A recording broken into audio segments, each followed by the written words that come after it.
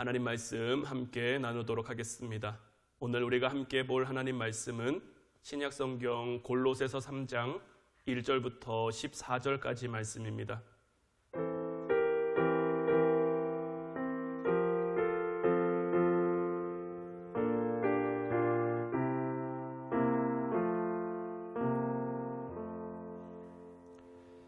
오늘 말씀 제가 여러분들에게 봉독해 드리도록 하겠습니다.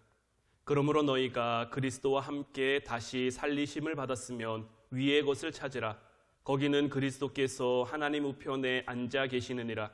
위의 것을 생각하고 땅의 것을 생각하지 말라. 이는 너희가 죽었고 너희 생명이 그리스도와 함께 하나님 안에 감추어졌음이라. 우리 생명이신 그리스도께서 나타나실 그때에 너희도 그와 함께 영광 중에 나타나리라. 그러므로 땅에 있는 지체를 죽이라. 곧 음란과 부정과 사욕과 악한 정욕과 탐심이니 탐심은 우상 숭배니라. 이것들로 말미암아 하나님의 진노가 임하느니라. 너희도 전에 그 가운데 살 때에는 그 가운데서 행하였으나 이제는 너희가 이 모든 것을 벗어버리라. 곧 분함과 노여움과 악의와 비방과 너희 입에 부끄러운 말이라. 너희가 서로 거짓말을 하지 말라. 옛 사람과 그 행위를 벗어버리고 새 사람을 입었으니 이는 자기를 창조하신 이의 형상을 따라 지식에까지 새롭게 하심을 입은 자니라. 거기에는 헬라인이나 유대인이나 할레파나 무할레파나 야만인이나 스구디아인이나 종이나 자유인이 차별이 있을 수 없나니 오직 그리스도는 만유시요 만유 안에 계시니라. 그러므로 너희는 하나님이 택하사 거룩하고 사랑받는 자처럼 긍휼과 자비와 겸손과 온유와 오래 참음을 옷 입고 누가 누구에게 불만이 있거든 서로 용납하여 피차 용서하되 주께서 너희를 용서하신 것 같이 너희도 그리하고 이 모든 것 위에 사랑을 더하라. 이는 온전하게 매는 띠니라. 아멘. 할렐루야. 오늘도 하나님의 함께 하시는 은혜가 사랑하는 우리 화운 성도들과 함께 하기를 주님의 이름으로 축원해드립니다. 우리 옆에 있는 분들과 인사 나눠보도록 하겠습니다. 더 사랑하겠습니다.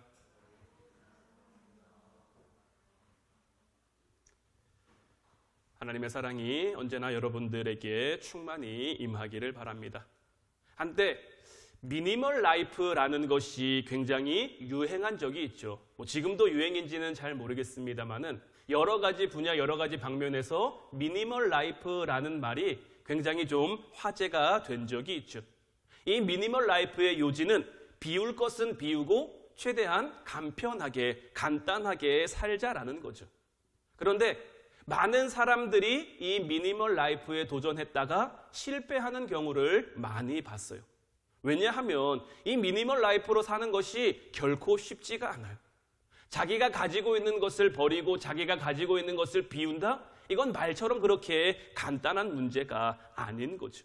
이 미니멀 라이프로 살려면 버려야 할 것들을 먼저 버리는 것부터 시작할 수 있어야 하는데 이 미니멀 라이프의 삶과 복음을 만난 사람들의 삶이 좀 비슷한 점이 있다라고 여겨졌어요. 복음을 만난 사람들도 마찬가지인 거예요.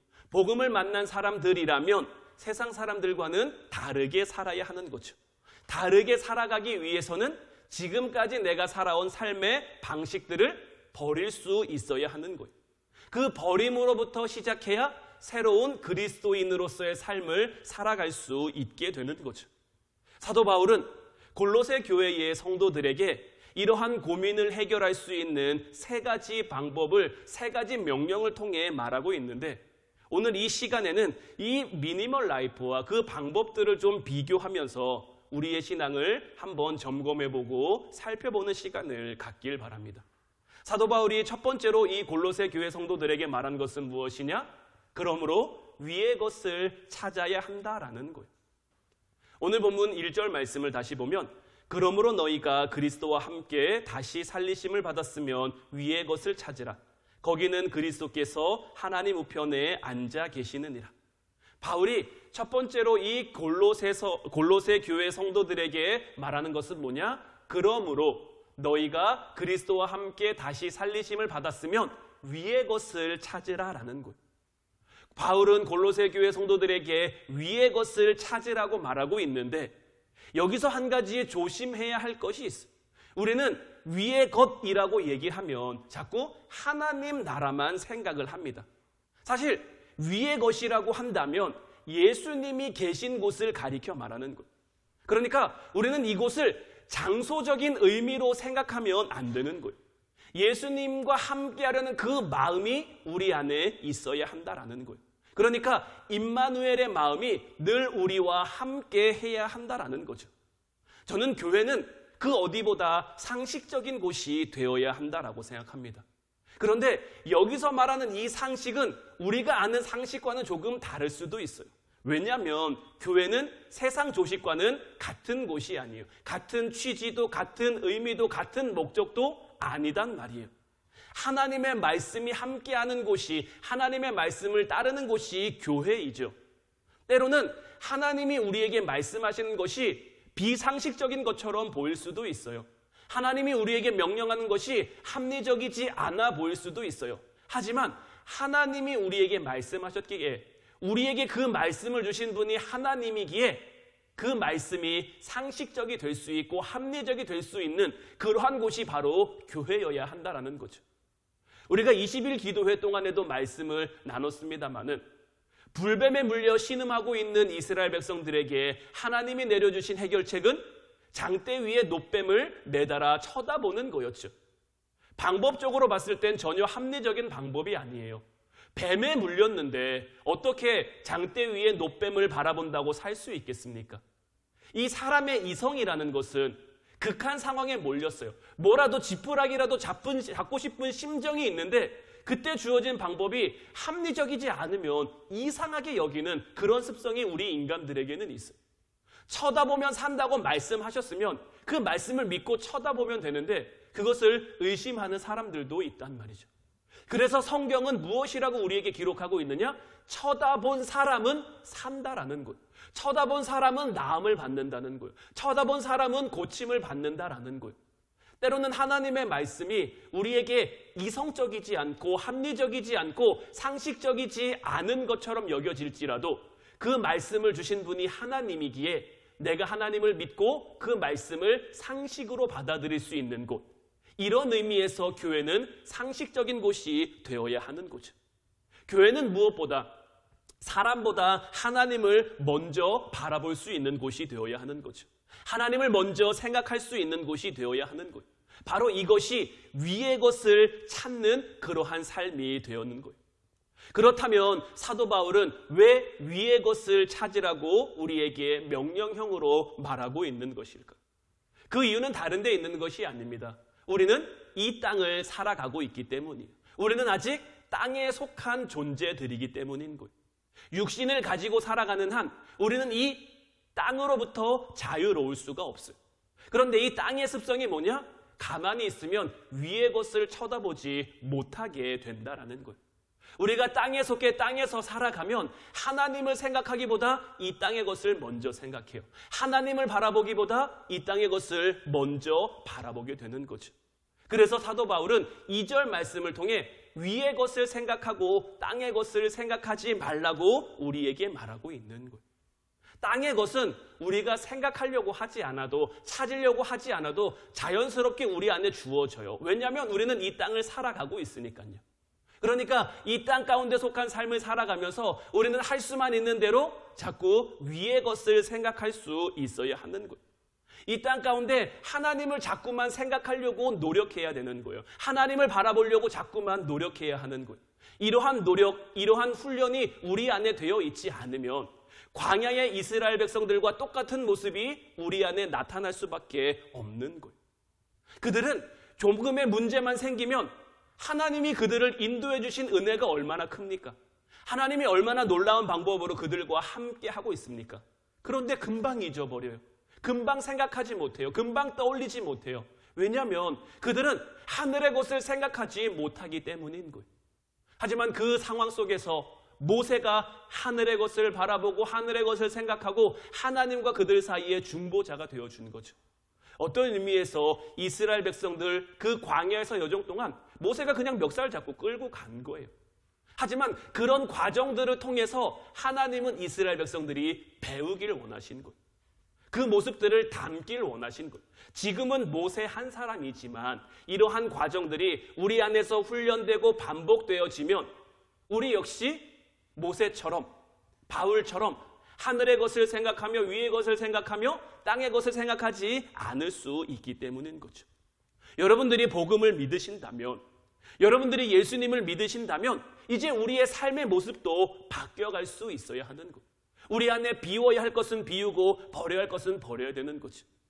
미니멀 라이프를 우리가 결정했다면 제일 먼저 해야 될 것은 뭐냐면 정리해야 될 부분들을 정리하는 거예요. 미니멀 라이프의 전문가들이 말하는 것은 뭐냐면 최대한 이런 거 정리할 것, 포기해야 될 것을 정리해야 한다라는 거죠. 가끔 옷장을 열어보면 저도 그렇습니다만은 예전에 입던 옷이 아직 남아있는 경우가 있어요. 몸에 맞지는 않아요. 몸에 잘 맞지는 않아요. 이제 좀 작아졌어요. 버려야 되는데 살 빼면 입을 수 있지 않을까라는 생각이 늘 안에 있는 거죠. 그리고 늘 다이어트를 결심하니까 살 좀 빠지면 이건 얼마든지 입을 수 있을 거예요. 그런데 이런 사람은 과거를 사는 사람이죠. 현재를 사는 사람이 아닌 거예요. 물론 현재 살을 빼서 그 옷을 다시 입게 될 수도 있겠죠. 하지만 현재를 살기 위해서는 지금 내가 할 수 있는 것, 지금 내가 이룰 수 있는 것을 향해 과감히 결단할 수 있어야 하는 거죠. 여러분들이 정말 예수님을 믿으신다면 우리는 어떻게 살아야 하느냐? 옛 습관을 딱 버릴 수 있어야 하는 것. 옛날처럼 사는 방법을 포기할 수 있어야 하는 것. 이제 우리는 주님을 생각하고 주님을 바라보는 삶을 살아야 합니다. 그러므로 위의 것을 생각하고 위의 것을 찾는 여러분들이 되시기를 주님의 이름으로 축원해 드립니다. 두 번째로 사도 바울이 우리에게 말하는 것은 뭐냐? 그러므로 탐심을 죽여야 한다라는 것.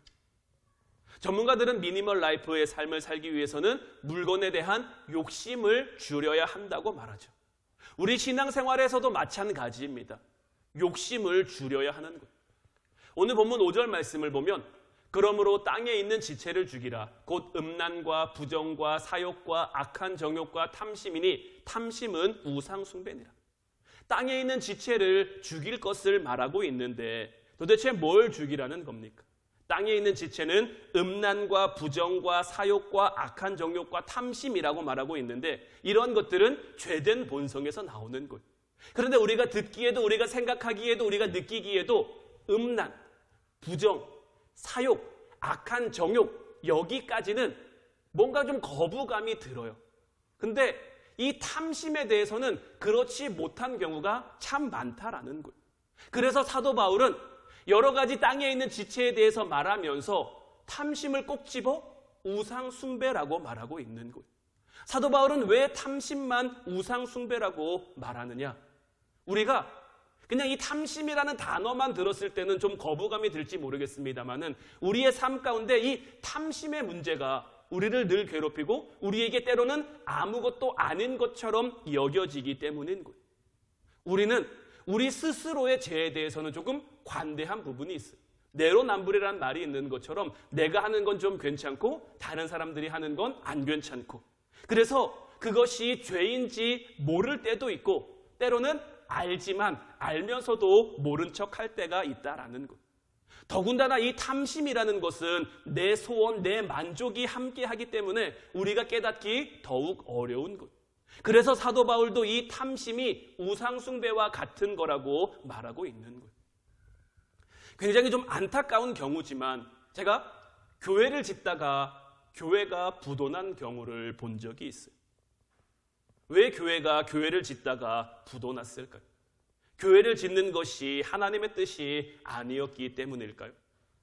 그들도 그 안에서 교회를 건축하기까지 굉장히 기도 많이 하고 하나님의 응답도 받았을 거예요. 그래서 우리가 하나님의 전을 멋지게 지어보자라는 마음으로 교회 건축을 시작했을 거예요. 그런데 교회를 지으면서 그들의 욕심이 들어가는 거죠. 교회를 너무 그냥 크게만 지려고 하다 보니까 그것을 감당하지 못하고 부도가 나게 되는 거죠. 근데 문제는 이런 것들을 잘 깨닫기 힘들다라는 거예요. 왜냐하면 비전과 탐심은 그냥 종이 한 장과 같은 그런 작은 차이밖에 나지 않기 때문인 거예요. 교회를 지으면서도 충분히 이런 탐심의 문제가 우리 안에 들어올 수 있는 거예요. 전에 저희 아버지가 목회하시던 교회에 이런 분이 찾아온 적이 있었어요. 어떤 분이냐면 제가 교회에 헌금을 50억을 하겠습니다. 그런데 이 50억을 헌금으로 받고 40억은 자기한테 다시 돌려주고 10억만 교회에서 썼으면 좋겠습니다. 그러니까 교회를 통해서 뭔가 좀 자금을 좀 이렇게 세탁하고 싶은 그러한 분이었던 거예요. 교회의 입장에서는 뭐 50억은 아니지만 10억 헌금도 굉장히 큰 거죠. 그러니까 교회 안에 어떤 일이 벌어졌을까요? 그러니까 뭐 저희 아버지가 들으시고 이거를 이제 거부하고 싶으셨는데 이 얘기가 저희 아버지 선에서만 끝난 게 아니라 이게 뭐 장로님들과 여러 이제 중직분들의 귀에도 들어가게 된 거예요. 그래서 이 문제를 가지고 자기들이 회의를 하고 싶다고 해가지고 회의를 하게 된 거죠. 자기들끼리 의견이 굉장히 분분합니다.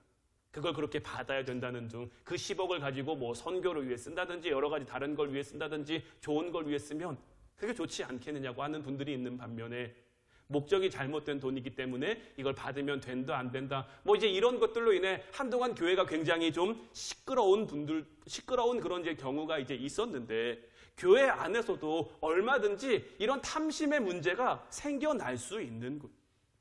저는 심지어 선교하겠다고 아파트 투기하시는 분들도 본 적이 있어요. 선교하겠다고 뭐 이런 거 저런 거 불법을 행하시는 분들도 본 적이 있어요. 물론 그 마음은 알겠어요. 그 목적은 알겠어요. 하지만 자칫 잘못하면 탐심의 문제에 빠질 수 있는 가능성, 내가 이걸 하면서도 내가 잘못된 방향인데 잘못된 길인데 알면서도 목적이 맞으니까 목적이 선하니까 마치 사울 왕이 모든 것을 다 멸하라고 했는데 좋은 것 남겨놓고 좋은 것 두고 이거 하나님 드리려고 했어요. 이런 것과 마찬가지인 거죠. 탐심이 우상숭배라고 하는 이유는 다른 게 있는 게 아니라 이 탐심 자체에 굉장한 힘이 있기 때문인 거예요. 특히 이 물질에 대한 탐심은 하나님과 비교가 될 수 있을 정도인 거예요. 성경은 하나님과 돈을 비슷하다고 말하고 있어요. 돈이 잘못인 것이 아니에요. 그러니까 돈을 하나님보다 더 좋아하는 탐심이 문제가 되는 거죠. 그래서 이 탐심은 마귀와 마찬가지인 거예요. 하나님은 우리의 소유를 나누는 것으로 우리를 판단한다고 이 조지 밀러라는 사람이 말했는데 우리가 가지고 있는 이 소유를 어떻게 생각하느냐, 이것이 어디서부터 왔고 우리가 어떻게 흘려보내야 되고 어떻게 사용하느냐, 이런 거에 따라서 우리를 판단할 수 있다라는 거예요. 우리가 가지고 있는 것 가운데 우리가 처음부터 가지고 있던 것이 하나라도 있습니까? 하나님이 우리에게 주신 거예요. 하나님이 우리에게 허락하신 거예요. 우리가 쓸 수 있도록, 우리가 사용할 수 있도록 하나님이 우리에게 맡겨주신 거죠. 그런데 이런 것들에 잘못된 탐심이 들어가면 우리의 삶 자체가 틀어지고 망가질 수 있다는 거예요. 예수님이 왜 십자가에서 돌아가셨습니까? 예수님은 왜 십자가에서 돌아가셨죠? 사람들의 탐심 때문입니다. 당시 대제사장들과 서기관들은 율법을 가르치면서 그걸로 먹고 살고 있었단 말이에요. 그런데 예수님이 이 땅에 오셔서 율법을 끝내고 복음의 시대를 선포하신 거예요. 율법을 완성하러 이 땅에 오셔서 율법의 삶이 아닌 복음의 삶을 말씀하셨단 말이에요. 이제 하나님 나라를 향해 복음으로 나아가는 그 삶을 가르치면서 율법에 매여 있는 그들이 설 자리가 없어진 거죠. 그들은 자기의 자리를 지키고자 하는 그 탐심 때문에 하나님의 아들인 예수 그리스도를 십자가에 못 박게 된 거예요. 예수님을 팔은 가룟 유다도 무엇 때문에 예수님을 팔았습니까? 은 30냥 때문에 가룟 유다는 예수님을 판 거예요. 가룟 유다, 예수님이 하신 모든 행적을 목격한 사람이에요. 예수님이 기적을 베푸실 때도, 예수님이 병든 자를 고치실 때도, 예수님이 귀신 들린 자를 쫓으실 때도, 심지어는 죽은 나사로를 다시 살리실 때도 그 예수님과 함께하며 예수님의 그 능력을 경험했단 말이에요. 그런데 그 안에 탐심이 들어오니까 그 탐심을 이겨내지 못하는 거죠. 나중에 물론 깨닫고 그 30을 던지긴 합니다만은 결국 그 탐심의 문제로부터 그는 자유롭지 못한 거예요. 우리의 삶에도 마찬가지입니다. 우리의 삶에도 이 탐심의 문제를 잘 해결할 수 있어야 되는 거예요. 우리가 어디서부터 왔고 우리가 가지고 있는 것이 누구에게서 왔고 우리가 어떻게 이것을 누리고 있는지를 늘 깨달아 이 탐심을 버릴 수 있는 여러분들 되시기를 주님의 이름으로 축원해 드립니다. 마지막 세 번째는 그러므로 새 옷을 입어야 한다라는 것.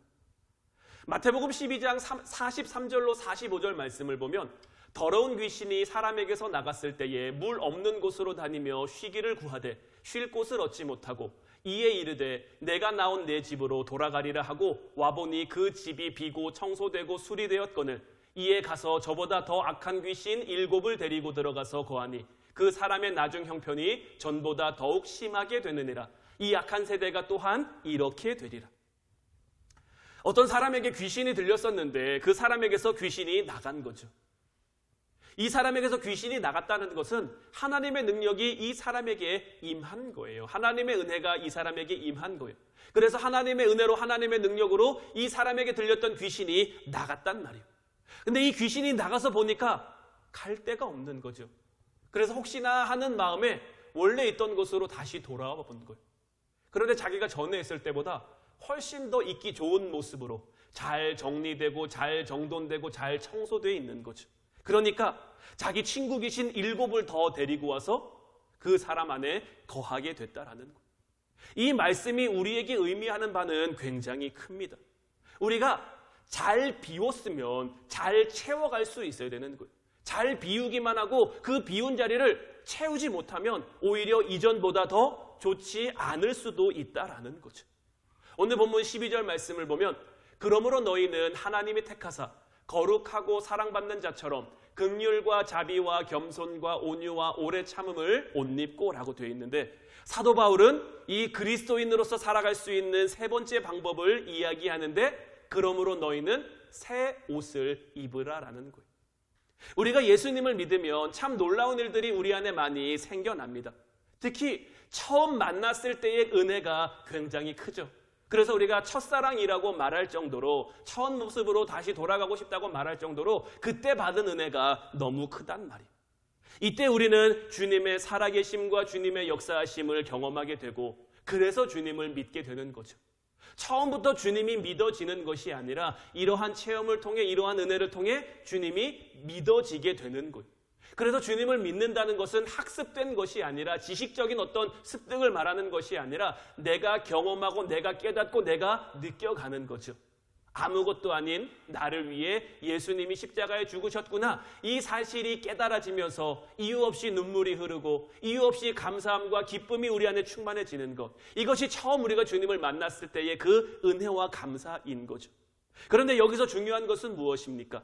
내가 하는 게 아니죠. 주님이 나에게 찾아와 주신 거죠. 사모하는 내게, 간절한 내게 주님이 찾아와 주신 거란 말이에요. 주님이 내 삶 가운데 드러나게 되신 거다라는 거예요. 그런데 이 부분이 좀 잘못 해석되고 잘못 이해되면 왜 예전에 코로나 바이러스가 한창 유행할 때 예수님 믿는 사람들은 바이러스로 피해간다라고 말하면서 좀 무리함을 강행했던 그런 사람들처럼 될 수 있다라는 거예요. 우리가 마치 슈퍼맨이라도 된 것처럼 내 안에 두려움이 없는 것처럼 예수님 믿으면 그래야지 이렇게 생각할 수도 있게 된다라는 거예요. 하지만 아니에요. 우리가 믿음을 가져도 두려움이 생기죠. 우리가 믿음을 가져도 걱정과 염려가 찾아오죠. 기도응답을 받고 평안하다가도 또 염려가 생기고 또 두려움이 생기죠. 하지만 그럼에도 불구하고 나의 이런 연약함 가운데 자꾸만 새 옷을 덧입어 가야 하는 거죠. 제가 전에 중세시대에 패스트가 유행했을 때 그리스도인들이 그 병을 향해 어떻게 대하고 어떻게 대처했는지에 대해서 말씀을 드린 적이 있죠. 그들은 그 병이 유행했을 때 낮에 죽은 사람들을 밤에 돌아다니면서 다 치웠어요. 그들에게도 그 패스트의 두려움은 있었을 거지만 그리스도인으로서 우리가 할 수 있는 것들, 하나님의 영광을 위해 할 수 있는 것들을 그들이 한 거죠. 그들이 그 일을 감당할 때 나는 예수님 믿으니까 패스트에 걸리지 않아. 나는 예수님 믿으니까 패스트 걸려도 죽지 않아. 이런 마음으로 그 일을 감당했을까요? 그들이 그 일을 하는 가운데 패스트에 걸린 사람들도 분명히 있었을 거예요. 그 병에 걸려 죽은 사람들도 분명히 있었을 거예요. 하지만 그럼에도 불구하고 우리가 이것을 통해 하나님의 이름을 알리며 하나님께 영광을 돌리기 위해 그들은 그 일을 감당해 간 거죠. 오늘날 우리들의 삶 가운데도 마찬가지인 거예요. 우리의 삶 가운데 우리가 예수님 믿는다고 안 좋은 일이 안 생깁니까? 우리가 예수님 믿는다고 두려운 일이 안 생깁니까? 우리가 예수님 믿는다고 걱정스러운 일이 안 생깁니까? 우리가 예수님을 믿어도 여전히 우리의 삶에는 걱정스러운 일, 염려스러운 일, 두려운 일들 천지예요. 우리가 예수님 믿어도 우리에게 힘든 일이 다가오고 고생스러운 일들이 다가오고 이런 일들이 굉장히 많단 말이에요. 그럼 우리는 예수님을 왜 믿습니까? 우리는 예수님을 왜 믿어야 합니까? 지금 우리의 상황은 어렵지만, 지금 우리의 환경은 힘들지만 그 가운데 주님이 나에게 함께해 주시며 주님이 나를 위로해 주시며 주님이 나를 도우실 것을 믿기 때문에 신앙생활을 하는 거죠. 이 믿음으로 우리는 주님 앞에 나아가는 거죠. 이 믿음 위에 이제 우리는 오늘 본문 12절 말씀처럼 12절부터 14절까지 말씀 다시 보면, 그러므로 너희는 하나님이 택하사 거룩하고 사랑받는 자처럼 긍휼과 자비와 겸손과 온유와 오래 참음을 옷 입고, 누가 누구에게 불만이 있거든 서로 용납하여 피처 용서하되 주께서 너희를 용서하신 것 같이 너희도 그리하고 이 모든 것 위에 사랑을 더하라. 이는 온전하게 매는 띠니라. 바울이 우리에게 알려주는 이 새로운 옷이 무엇입니까? 먼저는 하나님이 우리를 택하사 거룩하고 사랑받는 자처럼 이라고 말하는 데 주목해야 되는 것. 우리가 그리스도인으로 입어야 할 새 옷은 기적이라는 옷이 아니에요. 우리는 하나님이 나를 택하셨다라고 하는 그 믿음의 옷을 입을 수 있어야 되는 거예요. 성경 속에 나와 있는 그 기적들, 물론 우리가 동경하고 소망하고 기대하지만 우리는 그것을 바라면서 신앙생활을 하는 게 아니에요.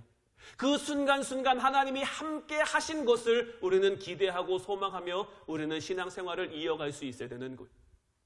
모세가 이스라엘 백성들이 홍해 앞에 섰을 때 홍해가 갈라졌어요. 그 당시 홍해가 갈라진 이유는 다른 데 있는 게 아니에요. 그렇게 하나님이 역사하셔야 하나님의 일하심을 그들 가운데 나타낼 수 있었기 때문인 거예요.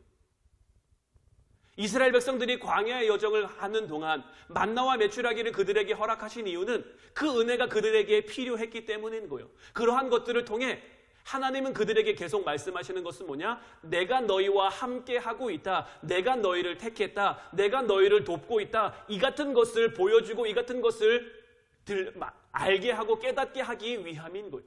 그런데 자칫 잘못하면 하나님의 함께 하심은 뒤로 밀려나고 그 기적, 그 현장, 그 사건에만 자꾸 우리의 초점이 맞춰진다라는 거죠.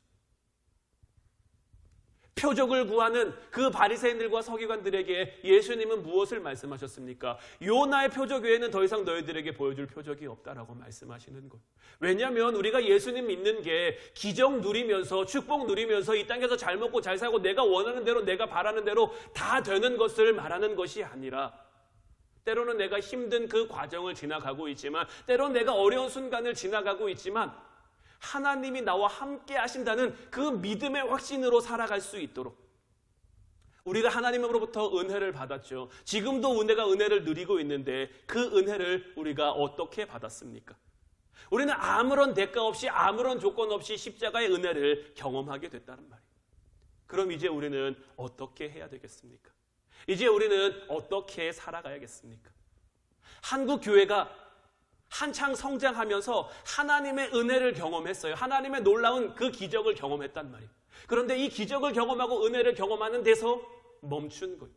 그 이상의 성장이 있어서 더 앞으로 발전하고 더 앞으로 나아갈 수 있어야 되는데, 많은 교회들이 자꾸 여기에 멈춰서 어떻게 하면 더 많이 받을 수 있을까? 어떻게 하면 더 많이 누릴 수 있을까? 자꾸 이런 것들에만 초점이 맞춰진 거죠. 그러다 보니까 여러 가지 문제들이 생기면서 여러 가지 어려움이 생기면서 교회가 욕먹고 교회 다니는 사람들이 힘들어지게 된 거죠. 하나님은 우리에게 하나님의 백성다운 하나님의 자녀다운 새로운 인생을 살아가라고 우리에게 말씀하고 계신 거예요. 저와 여러분들이 하나님의 자녀라면 하나님의 자녀다운 그 방법으로 살아가야 하는 거예요. 요즘에는 가훈을 정해놓고 그것을 지켜가는 집들이 많이 있는지는 잘 모르겠습니다만은, 제가 어렸을 때도 저희 집에 가훈이 있었거든요. 각 집들마다 가훈이 있는 집들이 있고, 또 학교에서 집에 가훈이 뭔지를 조사하는 경우도 굉장히 많았어요. 가훈이라는 게 뭡니까? 그 집이 지향하고 그 집이 바라고 그 집이 목표하는 바죠. 저희 집의 가훈은 정직이었거든요. 정직. 늘 정직한 삶을 살아야 된다고 해서 정직. 그래서 저희 집에서는 저희 부모님이 다른 잘못들에 대해서는 때로는 좀 관대하게 용서해 주신 적도 있고 좀 이렇게 그냥 넘어가 주신 적도 있는데 제가 거짓말을 하거나 이런 거에 대해서는 정말 얄짤 없으셨어요. 작은 거짓말도 이 정도는 괜찮지 않을까 싶은데도 그런 것들을 용납해 주지 않았거든요. 그래서 제가 한때 저희 아빠에게 이렇게 따져 물은 적이 있어요. 다른 집에서는 이렇게 해도 괜찮은데 왜 우리 집에서는 이렇게 하면 안 되냐고. 다른 집에서는 이렇게 해도 다 괜찮다고 했는데 이렇게 해도 다 그냥 이해해 주는데 왜 우리 집은 안 되냐고. 그때 저희 아빠가 저한테 하신 말씀이 뭐냐면 그럼 너 그 집 가서 살라고. 우리 집에는 정직한 사람이 필요하지 정직하지 않은 사람은 필요 없다고.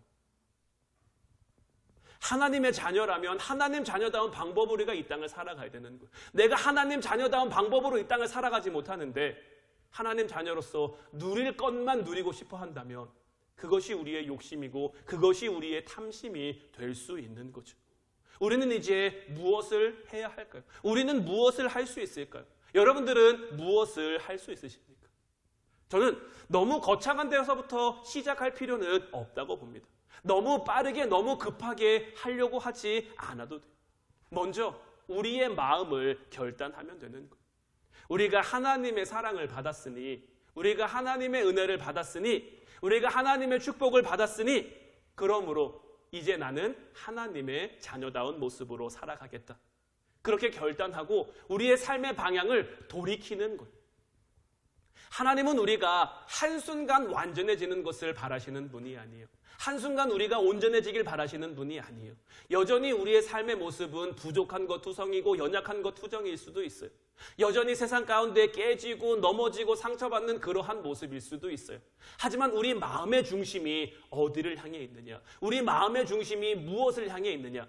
지금 이 순간 정말 내 마음의 중심이 하나님을 향해 있다면 그래서 늘 여러분들에게 말씀드리지만 빠르지 않더라도 느리더라도 조금씩 천천히 하나님을 향해 나아간다면 하나님은 그런 우리의 마음을 귀하게 여겨주시는 것이고 하나님은 그런 우리의 마음을 기쁘게 여겨주시는 것이고 그런 우리의 마음을 통해 하나님이 우리를 도우시고 우리에게 힘주셔서 끝까지 그 길을 걸어가게 하는 것. 이스라엘 백성들이 처음 광야에 들어섰을 때 아무것도 할 수 없는 늘 불평하고 원망만 하는 그러한 백성들이었어요. 하지만 40년이라는 시간이 지나 그들이 이제 다시 요단강을 건너게 됐을 때 여리고성을 점령하게 됐을 때 그들의 믿음, 그들의 모습은 달라져 있었어요. 그들 역시 빠르지 않았지만 느렸지만 천천했지만 여러 가지 시행착오와 잘못과 실수도 있었지만 하나님이 그들과 함께하는 것을 깨달아가고 배워가고 훈련되어져 가니까 그를 통해 하나님의 백성다운 모습으로 하나님의 용사다운 모습으로 가나안 땅을 점령해 갈 수 있었던 것. 이제 우리도 우리의 삶 가운데 올바른 방향을 향해 조금씩 나아가면서 우리에게 허락될 하나님이 주실 그 영적 가나안을 쟁취해가며 누려가는 여러분들이 되시길 바랍니다. 오늘 말씀 제목처럼 그러므로 우리는 다시 시작할 수 있어요. 하나님이 우리를 택하셨으니 하나님이 우리를 사랑하시니 하나님이 우리와 함께 하시니 그러므로 우리는 다시 시작할 수 있다. 이 마음처럼 이제 결단하고 주님 앞에 나아가는 저와 여러분들 되시기를 주님의 이름으로 축원해 드립니다. 기도하겠습니다.